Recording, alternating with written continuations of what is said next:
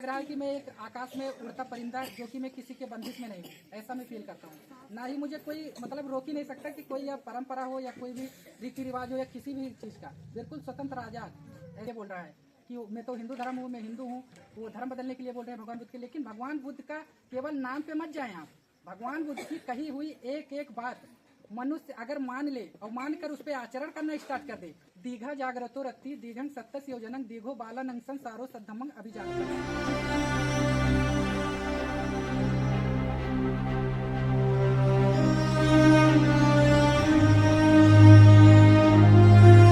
जय भीम नमो बुद्धाय। जय भीम नमो बुद्धाय।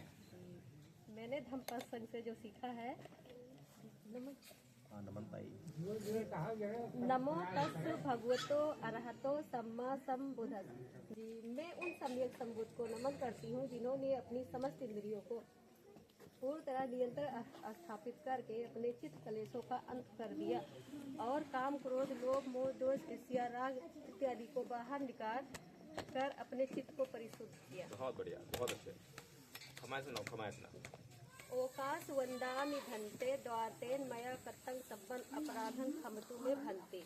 मुझे औकात दीजिए भनते, मैं 3 द्वार मन वचन कर्म से मेरे द्वारा जो भी अपराध हुए होंगे उन सबको क्षमा कीजिए। ओकाश अहंग भनते तीसरेण सह पंचशीलं धम्मं याचामि अनुग्रहं कत्वा शीलं देश में भनते। मुझे औकात दीजिए पूजवर में तीसरा सहित पंचशील धर्म की याचना करती हूँ, अनुग्रह करके मुझे शील प्रदान कीजिए पूजवर। बहुत बढ़िया। धम्मपल सुनाइए।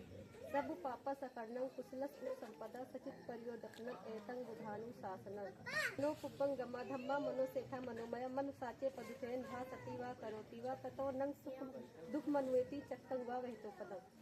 मन सभी परुओं का अगुआ है, मन ही उनका प्रधान है, वो मन से ही उत्पन्न होती है। यदि कोई दूषित मन से वचन बोलता है या पाप कर्म करता है तो दुख उसका अनुसरण उसी प्रकार करता है।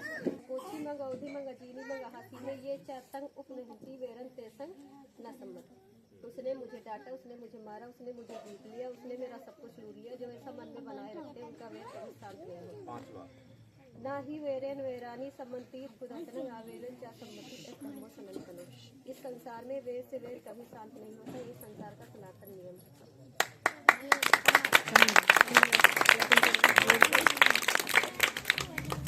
अब मैं आदरणीय आचार्य कपिल देव जी से चाहूंगा कि वो भी आए और अपने 2 शब्द रखें। आदरणीय आचार्य कपिल देव जी।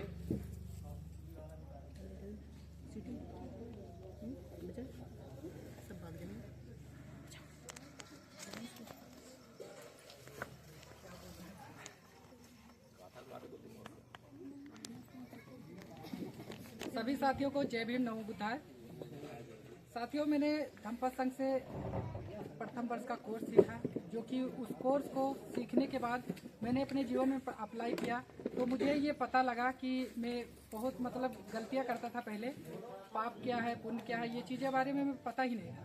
लेकिन कोर्स करने के बाद में मुझे पता लगा कि पाप असल में क्या है और पुण्य क्या है।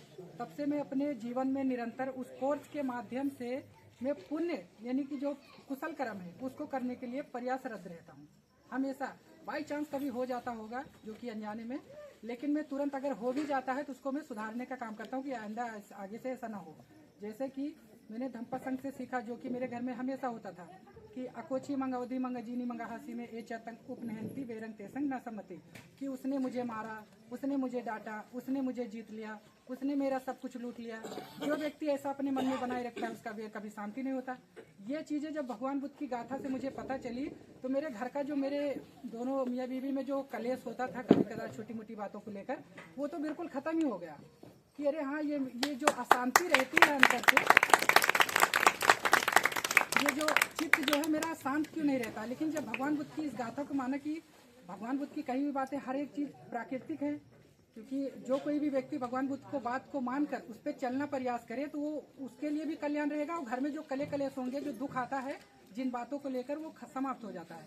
तो ऐसे ही जब मुझे पता चला कि एक मनुष्य जो पाप कर्म करता है 3 द्वारों से, मन वचन कर्म से, तो जैसे ही जब 5 मैंने धम्पत की पहली यानी कि पाणा तिपाता बेरमणि सिक्खा पदंग समाधियामी, ऐसे जब ये सारी जो 5 शील हैं इसको जब मैंने याद किया तो मुझे पता चला कि एक मनुष्य यानी कि जो शरीर के माध्यम से, ये जो काया है, ये जो शरीर है, इसके माध्यम से कितने पाप कर्म करता है। तो ये चीजें मुझे पता चली। तो मैं मूल एक बात बताना चाहूंगा कि जो कि सबसे महत्वपूर्ण है, जो कि है सर्व पापस्य अकरणं कुशलस्य उपसंपदा सचित्त परियोदपनं एतं बुद्धानुशासनं, कि सभी प्रकार के, चाहे किसी भी प्रकार को, जब व्यक्ति जान लेता है कि पाप कर्म क्या है और पुण्य कर्म क्या है, तो वो व्यक्ति के लिए है ये कि जो है सभी प्रकार के पाप कर्मों का न करना, पुण्य कर्मों का संचय करना और अपने चित्त को परिशुद्ध करना, यही बुद्धों की शिक्षा है। तो ऐसे ही ना, हाँ, थोड़ा त्रुटि हो रही है क्योंकि मैं भावुक हो रहा हूँ कि सभी प्रकार के पाप कर्मों का ना करना, सभी प्रकार के पुण्य कर्मों का, यानी कि अच्छे कर्मों का करना, यही बौद्धों की शिक्षा है।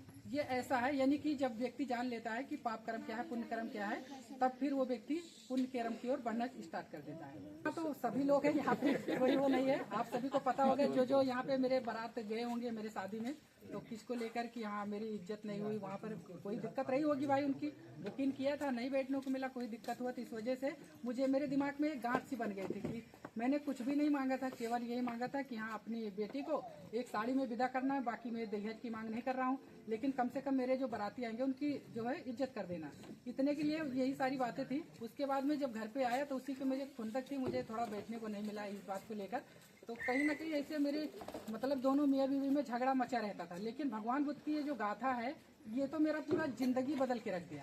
अकोची मंग अवधि मंग अजीनी मंग हासी में ये चतंग उपनयंती बेरंग तेसंग न सम्मति, ये जो गाथा है, इससे मुझे ये पता चला कि कोई भी व्यक्ति अगर किसी भी बात को गांठ बनाकर रखता है अपने मन में, तो वो व्यक्ति दूसरों को क्या, अपने घर परिवार में भी अशांति रहेगा और वो स्वयं से अंदर से भीतर से ही तिल तिल वो मरता रहेगा, एक हिसाब से उसे सुख मिल नहीं पाएगा। ये सारी चीजें हैं। तो आदरणीय संघ के साथ में, क्योंकि समय ज्यादा हो गया है, मैं आदरणीय के साथ को मौका देना चाहता हूँ। कैसा फील कर रहे हैं आप? बहुत अच्छा, मुझे लग रहा है कि मैं एक आकाश में उड़ता परिंदा, जो कि मैं किसी के बंदिश में नहीं हूँ, ऐसा मैं फील करता हूँ। ना ही मुझे कोई मतलब रोक ही नहीं सकता कि कोई या परंपरा हो या कोई भी रीति रिवाज हो या किसी भी चीज का, बिल्कुल स्वतंत्र आजाद, ऐसा मैं फील करता हूँ। तो हम गाँव वालों को क्या संदेश देंगे? गाँव वालों को यही संदेश है कि जैसे आपके कहने पे ठीक है, लेकिन मैं गांव वाले से यही कहना चाहूँगा कि भगवान बुद्ध का जो धम्म है, ये चीज़ों को भले ही एक व्यक्ति ये सोचता है कि अरे वो तो धर्म बदलने के लिए बोल रहा है, कि मैं तो हिंदू धर्म हूँ, मैं हिंदू हूँ, वो धर्म बदलने के लिए बोल रहे हैं भगवान बुद्ध के, लेकिन भगवान बुद्ध का केवल नाम पे मत जाएं आप। भगवान बुद्ध की कही हुई एक एक बात मनुष्य अगर मान ले और मानकर उस पर आचरण करना स्टार्ट कर दे, तो उस व्यक्ति को ये स्वयं अनुभूति होगी कि अरे अब तो मुझे मेरा अब जाकर पुनर्जन्म हुआ है।